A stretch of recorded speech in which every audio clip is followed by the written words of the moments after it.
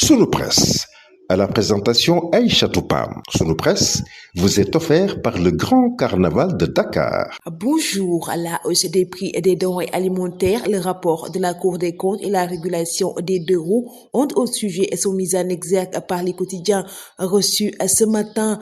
Pourquoi ça coince, titre le journal Walf Quotidien, parlant de la baisse des prix des denrées alimentaires, revenant sur la déclaration de l'économiste Souleymane Keita qui estime qu'il ne faut pas se leurrer. Et le journal s'interroger sur ce que deviennent les comités de veille. Le journal Sud Quotidien revient sur la régulation officielle des deux roues et titre le grand défi de l'État. Le quotidien national Le Soleil traite de cette question dans ses colonnes, parlant des motos impliquées dans plus de 13 000 accidents en 2023.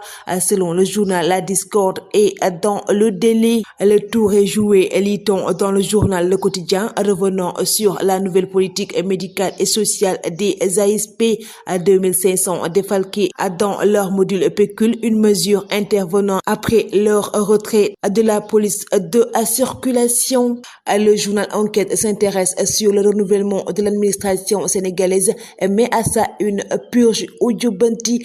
Les accusations de politisation relancent le débat sur l'impartialité des fonctionnaires. À Pastef divisé sur la question des exclusions d'appareils publics, des critiques notées face à une stratégie perçue comme une sage aux sorciers. La Cour des comptes a transmis son rapport au ministère des Finances et du Budget, lit-on dans le journal Rewmi Quotidien. Le ministre Cheikh Diba a un délai d'1 mois pour répondre. Le journal revient également sur les engagements fermes du ministère du Finances et du Budget. Les investisseurs internationaux à l'affût. Argentier de l'État, Sonko prend les prérogatives de Cheikh Diba, titre le journal Tribune. S'interrogeant sur à quoi sert le ministre des Finances, le journal Libération revient sur le rapport ETI 2023 et titre flou total autour du jeu de prêt entre Petrosen et les opérateurs. Après les prêts à millions de dollars et des accords de financement anticipés, Petrosen va effectivement rembourser aux opérateurs avec des intérêts